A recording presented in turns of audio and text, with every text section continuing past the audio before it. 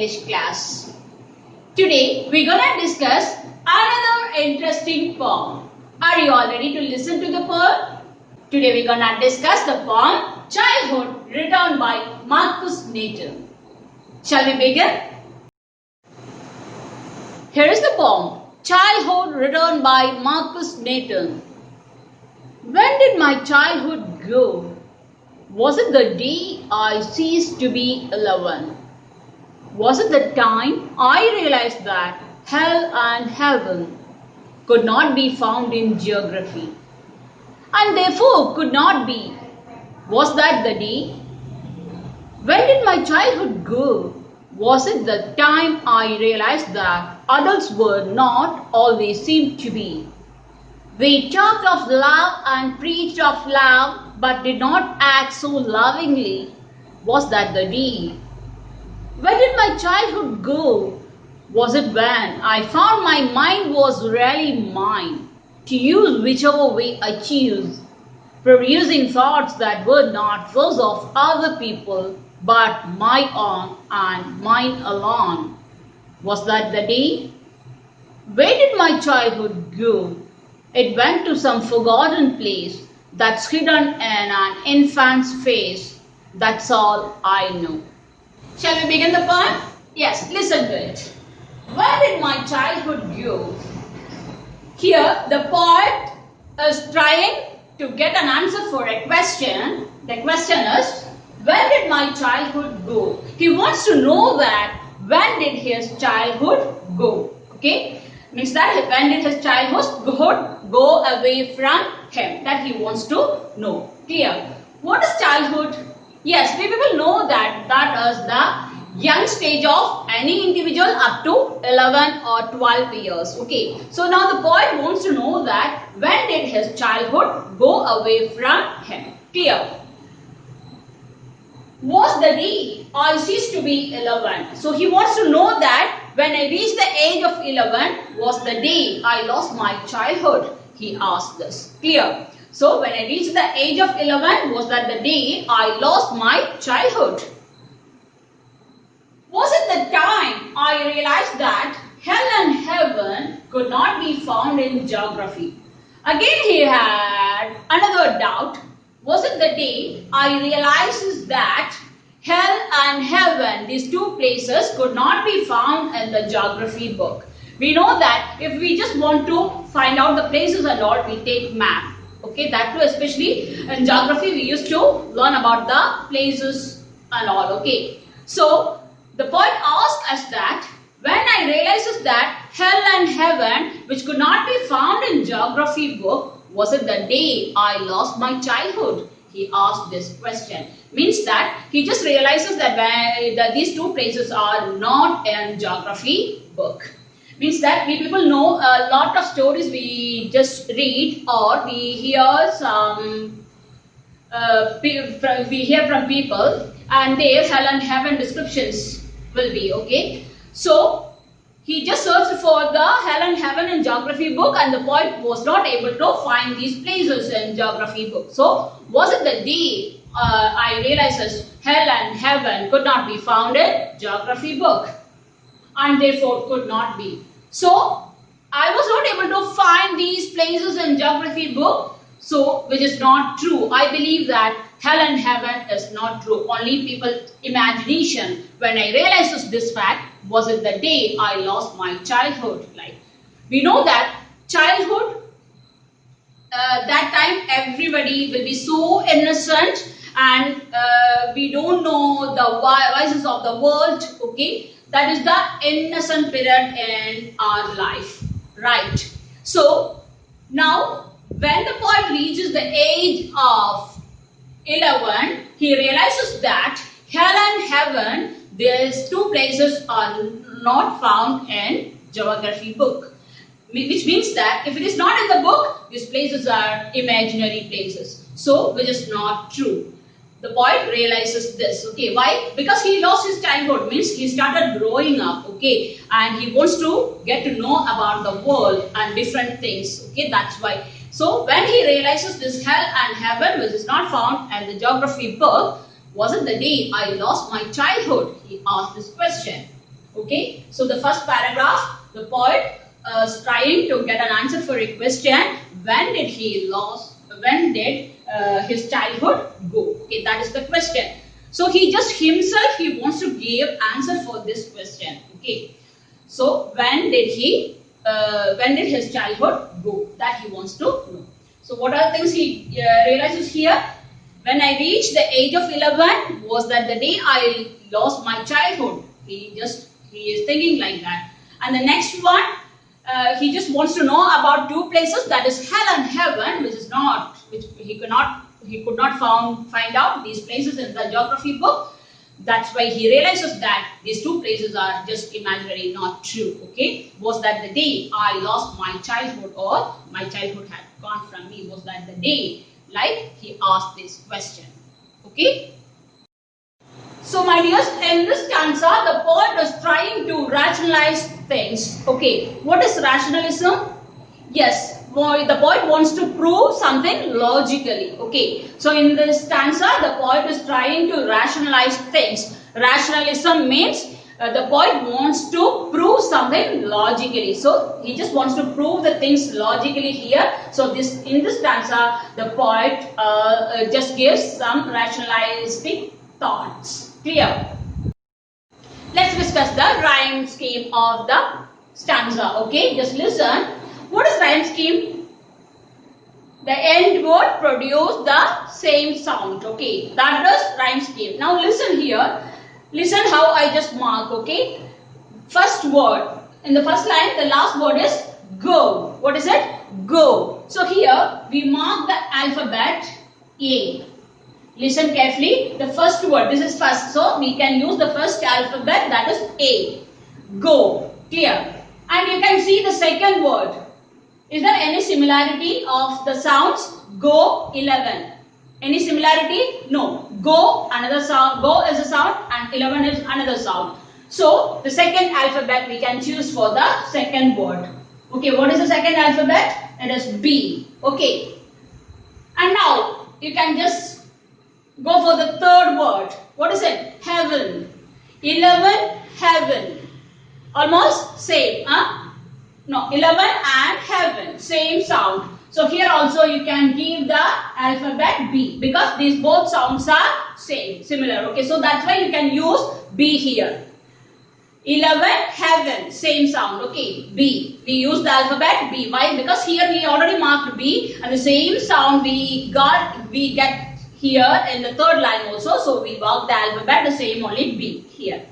And now come to the fourth word. Okay, the last word. What is here? Geography. Geography. Heaven, geography. Is there any connection? No, not at all. Okay, so we can use the third alphabet. Already we have given A. So this word is not similar to A or B. Okay, so we can use the third alphabet, that is C. Why we have used here C? Because no connection with any of this sound. Okay, this is entirely a different sound. That's why we use the third alphabet here. What is it? C. And now see the next word. What is the last word? B. Geography. B. That E sound we get. Okay, you don't see the spelling. We get the E sound. Okay, so what is the word here? Geography. B. That E sound we get. That's why we use here also C. Because these both words, the sound is same. That's why we use here the alphabet C. And see the last one. Day. Day. Which is not similar to any of these words. And we have already used the three alphabet A, B, C. And now we will go to the fourth one. That is D. Clear? So, why we used here D? Because this word day has no similarity with any of this. Okay, that's why we use the another alphabet D. Okay, so now we used A, B, B, C, D. This is the rhyming scheme for this stanza. What is it? We just wrote first A, then we wrote B, and then we just wrote B again, then we wrote C, and again C. And the last one is D. So A, B, B, C, C, D. That is the rhyme scheme. So whenever you just want to find rhyme scheme, you can go to the last word of the stanza, and wherever you get the similar sound, you can use the same alphabet there. Okay, begin with A, the first alphabet, and wherever you get the A sound everywhere, means that same sound everywhere, you can use that alphabet, and different sound for different alphabet, like that. Okay, so you take the last word of the lines and then find the similar words and start by giving the alphabets. Okay, alphabet A, B, C, like clear. So how we mark, you understood. Hope you have understood the rhyme scheme of the stanza. What is it? A, B, B, C, C, D. Let's move on to the second stanza. When did my childhood go? See, again, the poet asked the same question. When did my childhood go? Was it the time I realized that adults were not all they seemed to be? He says that adults, they do not seem to be what they look like. Who are adults? Yes, we people know that, grown-up people, okay? So grown-up people here, we know that grown-up people means they must talk and behave in a certain manner, right? That's a big difference between a child and an adult. They talk and behave in a certain manner. But here the poet says that they do not talk or behave in the manner they are supposed to behave. Okay, so only we can call them adults. They just look like adults but never behave like adults. That is the poet's opinion here in this line. Okay. Why does the poet say that the adults are not behaving like adults? Why? Because listen here, they talked of love and preached of love, but did not act so lovingly. See, we know that every time adults talks of love, see here, every time we know that adults used to talk about love. Okay, they just talk of love and preached of love. Preach means giving advices. Okay, so they just give you the advice that you must love each other, you just love your parents, your friends, okay, whoever it is. Okay, so every time they just talk of love, preach means giving advice of love, okay, but did not act so lovingly. But from their part, if we just see, they did not act so lovingly. Means they don't act so lovingly. Only the words comes from their mouth, okay? But their behavior, we cannot. In their behavior, we cannot see this love, okay? So, what is it? Only talk and giving advices is going on. At the same time, they do not act so lovingly. That's why the poet says that adults only looks like adults, but never just behave like adults. Okay, that's why he says so. Clear? Was that the day? This thoughts were his realization. Okay, so when I realizes this, adults were not behave as adults. When I realizes this fact in my life, was that the day I just lost my childhood. Like that, he asked that question. Clear? Dear children, in the first stanza, the poet talks about rationalism. Means he tries to prove something logically. But here, in the second stanza, he talks about hypocrisy. Okay, what is hypocrisy? Yes, talk something and do something else. Okay, we just talk something, okay, but do entirely different things. That is known as hypocrisy. So in the first stanza, the poet talks about rationalism, and in the second stanza, he talks about hypocrisy. Clear? So we discussed two talks of the poet. Okay, one is rationalism and the second one is hypocrisy. Now let's move on to the poetic devices in the stanza. Now devices, only one device is used here. What is it? Yes, it is familiar to you. That is alliteration. Where is it? Tell me, where is it? Yes. This is alliteration. Okay, in the second line, it's given. Okay, what is it? Alliteration.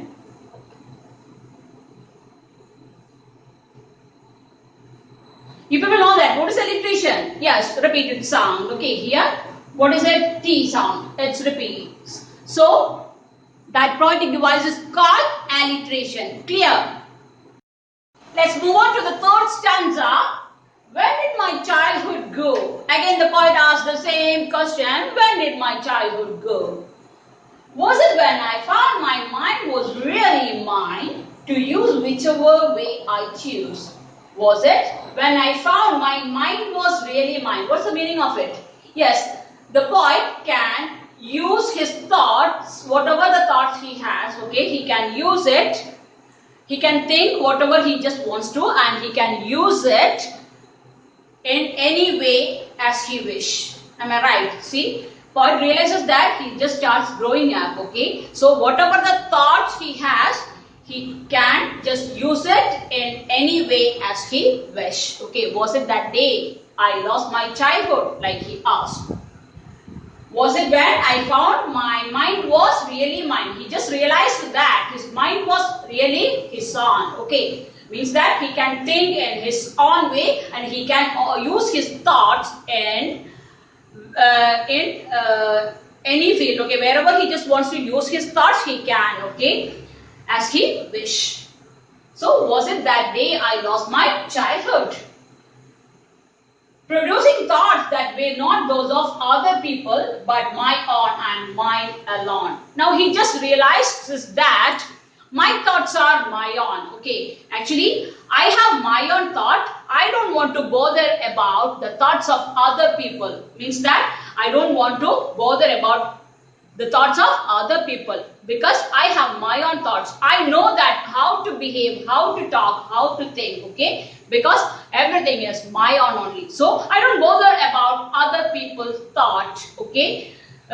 Means that the poet did not want to borrow or accept the thoughts of other people. Why? Because he is a different individual. He has all the freedom in his life to choose his life, okay. So I have my own thoughts or I know how to behave. So I don't bother about other people's thoughts, okay. Was it the day I lost my childhood, like that? Because when this realization comes, okay, means that I have my own choices in my life. When this type of realization comes to my life, was it the day I lost my childhood? He asked this question.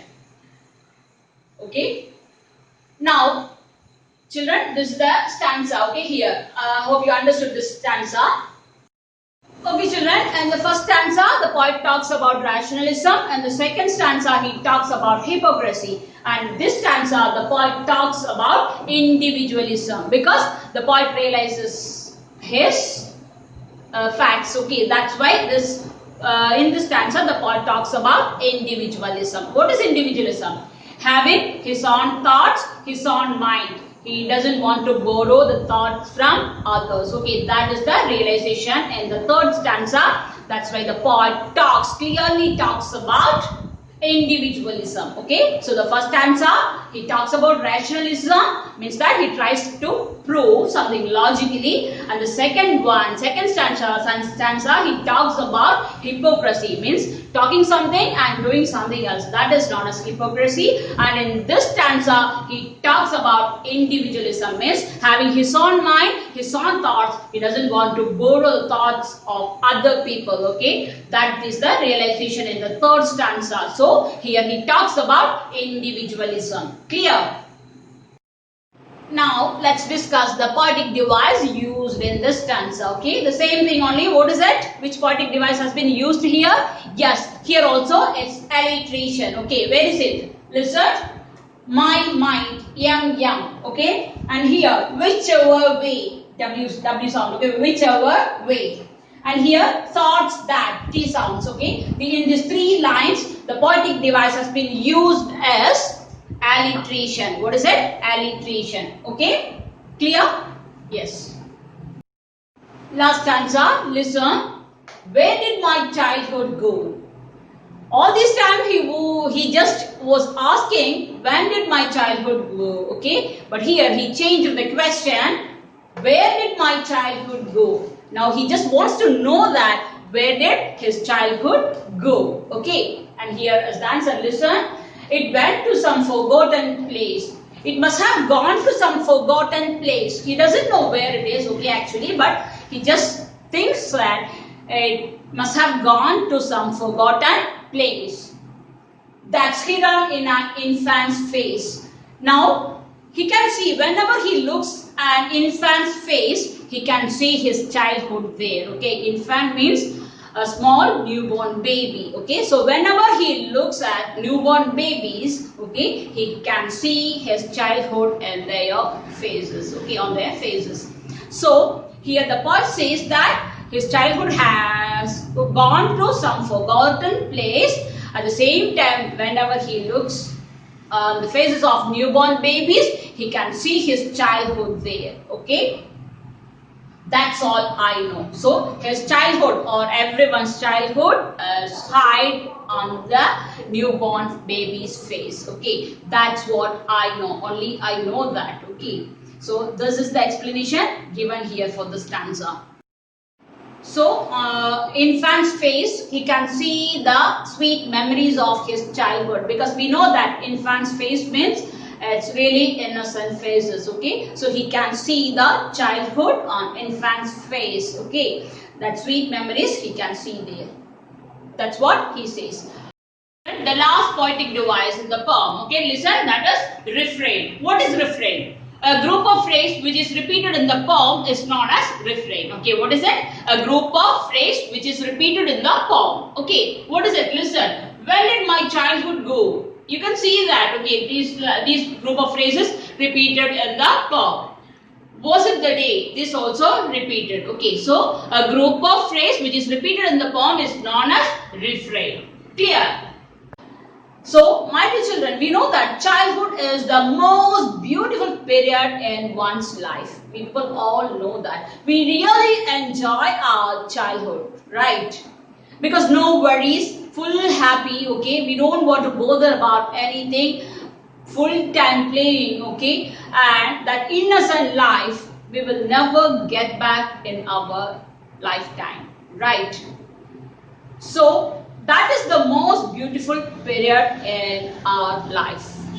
Here, the poet also says that the childhood is the beautiful period in his life, but when he starts realizing that he lost his childhood or the childhood had gone away from him, so when he lost it, that he just wants to know that, and where it goes also, he just wants to know. So, through a small, beautiful poem, he explains about his childhood, okay, where it goes and all. So, my dear children, the realization of growing up is really something difficult, okay, because we know that childhood means that is a worryless period. Am I right?